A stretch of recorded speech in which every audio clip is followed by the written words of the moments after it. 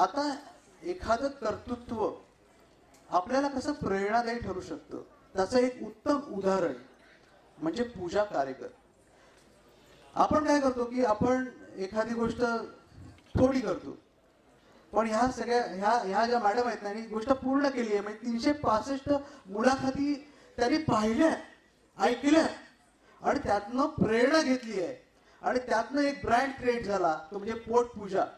मॅडमला विनंती करतो की त्यांनी कृपया इकडे यायचे आणि आपण आपल्याला प्रेरणा कशी मिळाली हे सांगायचे. यातनं अनेकांना प्रेरणा मिळेल की हा पोटपूजा जो ब्रँड आहे त्यांनी या मॅडम. आणि ह्या म्हणून ना आपण खूप मोठ्या गोष्टी करणं गरजेचं आहे. कदाचित आपण कुणासाठी प्रेरणा ठरू शकतो. पूजा कारेकर मॅडम यांनी ही 365 मुलाखतींची प्रेरणा घेतलेली आहे. प्लीज. थँक्यू. अवधी फारच कमी दिलाय आणि सगळ्यांना खरंच भूक लागली. नमस्कार, मी पूजा कारेकर. पोटपूजामध्ये आपल्या सगळ्यांचं स्वागत करते असं म्हणणारी एक सामान्य गृहिणी यूट्यूबर. तिची दखल 365 दिवस 365 स्टोरीज याच्यामध्ये रचनाने घेतली.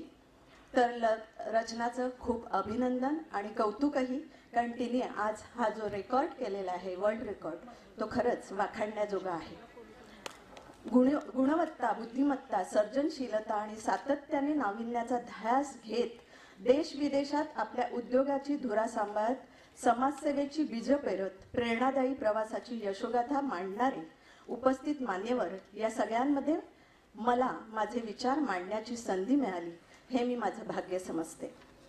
यातील प्रस्थापित ब्रँड आणि उद्योजक सोडले तर अनेक उद्योन्मुख उद्योजक जे आतापर्यंत प्रसिद्धीपासून दूर राहून विविध क्षेत्रात कार्यमग्न असलेल्या आणि आपल्या कार्यातून समाजासाठी आदर्श ठरणाऱ्या व्यक्तिमत्वांची ओळख 365 दिवस 365 स्टोरीज या रचनाच्या यूट्यूब चॅनलमुळे झाली. तसेच कौतुकाची थाप मिळाली. रचनाने विज्ञान, तंत्रज्ञान, क्रीडा, साहित्य, कला, मनोरंजन, सामाजिक कार्य, छोटे मोठे उद्योगधंदे आणि व्यवसाय करणाऱ्या व्यक्तिमत्वांची प्रेरणादायी यशोगाथा आमच्यापर्यंत पोहोचवली. त्यातून प्रेरणा घेऊन मी देखील पूजाच आचार सुरू केलं. आज रचनाचे हे जे world book of record, Asian book of record हे सगळे 5 रेकॉर्ड आहेत. वेळ घालवत नाही त्याबद्दल तिचे मनापासून खूप कौतुक. आणि तिने अनेक दुसऱ्या रेकॉर्डसाठी सुद्धा अप्लाय केलेला आहे. तिला त्याबद्दल शुभेच्छा देते. रचनाने हे जे 365 दिवसांचं शिवधनुष्य पेरलं ते ध्येय गाठणं खूप खडतर होतं.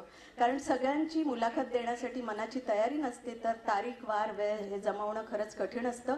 कारण मी सुद्धा माझ्या चॅनलवर मुलाखती घेते विविधामध्ये. माझं सुद्धा यूट्यूब चॅनल आहे पोटपूजा आहे. तसंच विविधा त्याच्यामध्ये प्लेलिस्ट आहे, तर त्याच्यामध्ये मी मुलाखती घेते. तर मला माहिती आहे की त्यासाठी खूप अवघड असतं हे सगळ्या वेळा जुळवणं. तर असं ध्येयाने पछाडून कीर्तिमान प्रस्थापित करणं या रचनाच्या कार्याला त्रिवार अभिवादन. इथेच न थांबता असे अनेक कीर्तिमान तिने प्रस्थापित करावेत अशी मी तिला मनापासून शुभेच्छा देते. धन्यवाद. जसं मी 365 दिवस मुलाखती घेण्याचा ध्यास घेतलेला, तसं मॅडमने 365 दिवस मुलाखती ऐकून त्याच्यावर कमेंट करण्याचा ध्यास घेतला. म्हणजे जेव्हा मी मुलाखत अपलोड करायची तेव्हा पहिली कमेंट मॅडमची असायची. पूर्ण विश्लेषण असायचं की काय काय केलंय, मुलाखतीमध्ये काय काय घडलंय. तर कोणतीही मुलाखत ओपन करून पाहिली तर मॅडमची कमेंट तुम्हाला पुस्तकात मिळेल. आणि हे सगळ्यातनं प्रेरणा घेऊन त्यांनी स्वतःचा व्यवसाय सुरू केलाय. त्याच्यासाठी आपण आज त्यांचा सत्कार करतोय.